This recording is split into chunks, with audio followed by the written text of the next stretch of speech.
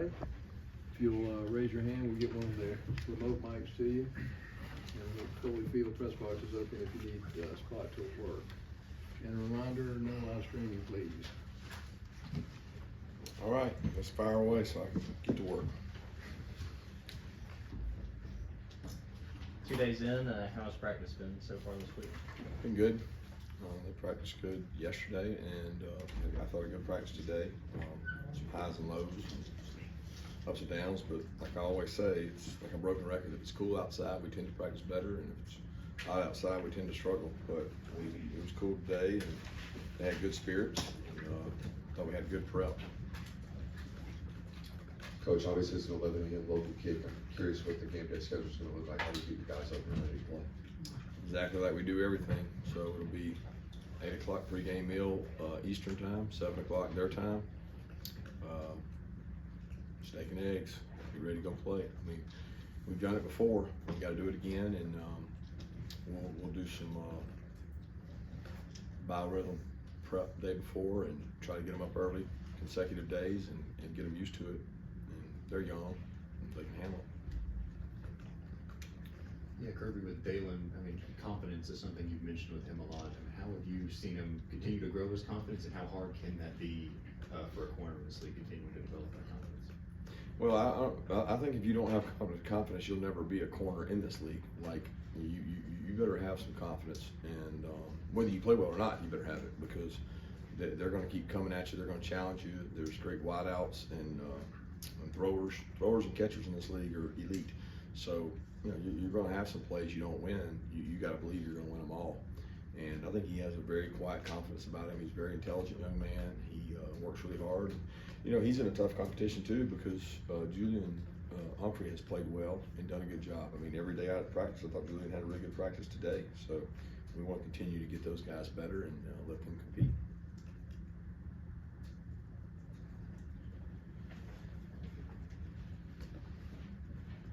Through 6 games, what have you thought of how your secondary has played and developed, and what areas do you want to see improvement going forward? I'd like to gain some more depth. Skies better, tackle better, punch out more balls. Coach, I'm asking about Robin's real quick. It looked like he was out of his boot during the game. How's he progressing right now? He is getting closer, dry land running, weight bearing running, but doubtful for this game. But he is closer. I mean, he's out there running around. He's not practicing with us. Kirby, Mark Stoops was talking about NIL yesterday. I'm not sure if you heard about those comments. He said, I can promise you, Georgia, they bought some pretty good players. You're allowed to these days. We could use some help. Is that a fair assessment? What's your reaction to that?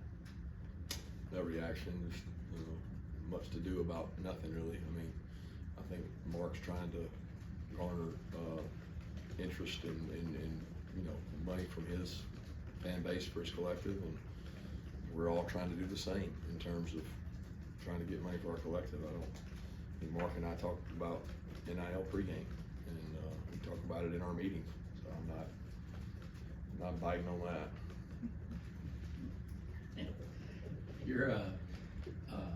You're slowly getting healthier. You're talking about Rod. Kendall came back to the running back position. How does this affect Dylan Bell, if any, or does he continue on that track of? He mentioned last week he loves the idea of being a dual role player.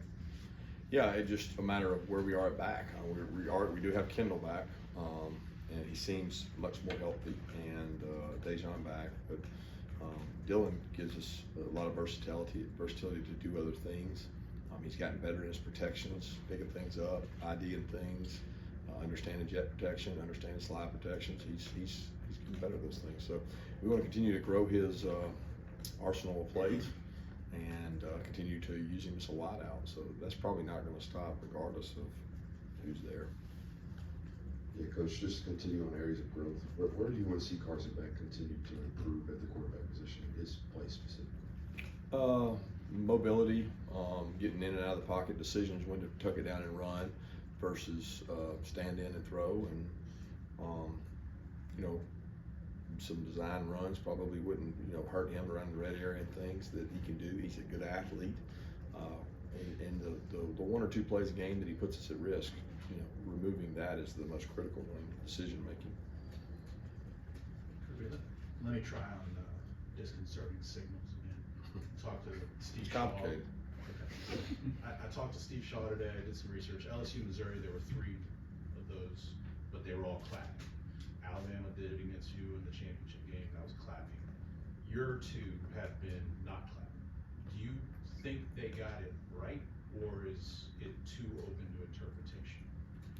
No, they probably got it right, but there's been ones that we got right too, and they weren't called. So it's a matter of doing it the way you're supposed to do it, and that's what our kids are coached to do it the way you're supposed to do it. And sometimes the kids overdo it, and that draws a penalty. But I don't know. I saw some LSU Missouri plays that weren't clapping.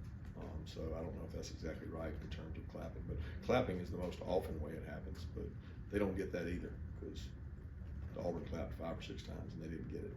So it's one of the most hardest things to officiate in all of sports is that, and that's sometimes very subjective, so it's complicated. Coach, what have you seen from Rara? He had a big game, big catch the other night, just on his development and his picking up from the offense. He's gotten better every week. He probably struggled a lot in the spring. He grew a lot during camp. He went through some hamstring issues. He learned how to work his way through our practices and how many reps and physical and the way we go about things. And he's learned how to play special teams. I mean, it's like all this world of stuff coming at him.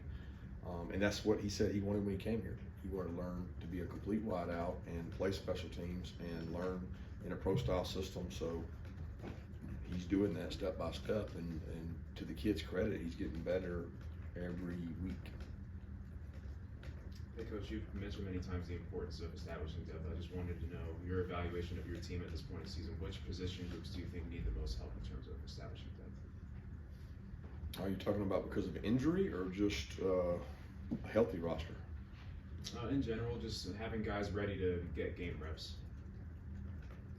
I'm really confused. I mean, we have more depth at some positions than others. We're thin at some positions. We're thin at some positions because of injuries, and we're thin at some positions because of not recruiting enough guys or enough guys that are playing winning football. So that varies for different reasons. I wish we had more depth at every position, but some are better than others. Kirby, any rhyme or reason for the lack of forcing fumbles from the defense, or is it just kind of lucky? I don't know. I don't know if we have less snaps. I would love for that to be my excuse, that we get off the field on 3rd down so we don't get as many opportunities, but we still have a lot of snaps that we get an opportunity. We forced one, we didn't get it. David Daniel punched it out and we didn't recover it, but we give rewards in points. The kids compete each week for points, and we give points for strip attempts.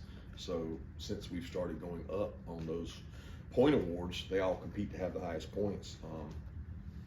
The strip attempts have gone up, but the fumbles haven't. So we continue to chop wood, and usually those things come in bunches, and if you keep doing it right, it's kind of like our offense, you keep working, you keep improving, you keep doing it, and they come when you need them. Coach, last week when we talked to you, you mentioned Andrew's interest in football. It doesn't have to necessarily be Andrew, but in general, if your child wants to maximize their potential in the football world, how do you go about approaching that as a parent? Depends on the age. If we're talking about a 6-year-old, I don't know that we're gonna get there at that age. If we're talking about a 14-year-old, he better be well into it and like contact and like the toughness it requires to play the sport. So I think there's stages in development, and there's a lot of places in the state of Georgia that have unbelievable youth football programs, and that's usually a good sign for us because they develop talent, and kids choose to stay in football when they have good coaches. Kids choose to leave football when they have bad coaches. So I think the biggest thing is who are the coaches developing your child.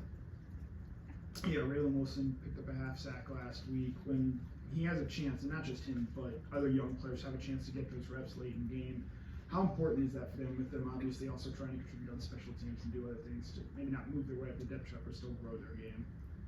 Yeah, they get confidence. I think they get a reward for what they work on in practice. I think so many young players, in my experience of being the places I've been, especially at the higher end, there's a misconception that I'm going to walk in and take over the world because everybody's told me how good I am. And I've signed, or we've signed at Alabama and here and everywhere I've been, FSU, LSU, there's been unbelievable players we signed. And very few have instant success. So they have to go through that process of failure, and failure is good for these kids because it's going to be hard in life, and it's going to be hard what they do. And I'm proud of a lot of the freshmen getting some opportunities in these games we've had leads in, but they got a long way to go to be ready to contribute like a starter. And it starts in the meeting room, not taking notes or taking notes, walk through. They don't walk through like the older guys. I showed 10 minutes of tape today that was, look at this guy walk through and look at this guy walk through. They're doing the exact same play. One's a senior and one's a freshman. Look at this guy's intentional way he walks through, and he shows his eyes and he puts his hands on people. And then you got a guy as a freshman just casual and just like it doesn't matter because he doesn't think he's gonna play. Well, the difference in that is just stunning. So I think learning how to be a good player is part of the process. It seemed like, correct me if I'm wrong, I know you will, it seemed like Marvin Jones Jr. played considerably fewer snaps this past week than he did the previous week at Auburn. Is that a fact, and if so, why, and how's his development coming out of there? Because obviously you have a lot of players to choose from at that position. No, he's doing great. Marvin was dealing with an ankle injury. He sprained his ankle on Tuesday of, maybe it was Wednesday. Tuesday or Wednesday, he sprained his ankle and stepped on, he and Brock collided and stepped on it. He rolled his ankle, couldn't practice. Couldn't practice Wednesday, Thursday, Friday. Felt like he could go Saturday. We took him out to warm-ups and he thought he could go, and he was able to go a little bit. He played some. He really pushed through the pain really well, but just wasn't. He didn't get a lot of reps in terms of it, and you know, probably wasn't quite 100%, but played more in the previous games. But he's had a run of tough luck with 2 games almost missed with different things, and he's done a great job in practice, and he's got a really bright future. He's a very talented player. He's very smart. He's one of the guys that we can say he knows the defense inside and out and can go out there and execute at a high level. Kirby Vanderbilt's undergone some stadium upgrades. Have your organization, have they checked on like how that might affect your game day, what you do in terms of pregame, during the game, etc.? Yeah, we got some different things that they've handled with our ops people in terms of where we arrive, where we go, where we change, where we go to at halftime. All that stuff's changed. We went and site visited, saw it over the summer. Other teams have done it already. They've told us about it. I mean, we're well aware of it. We've made the players aware of it.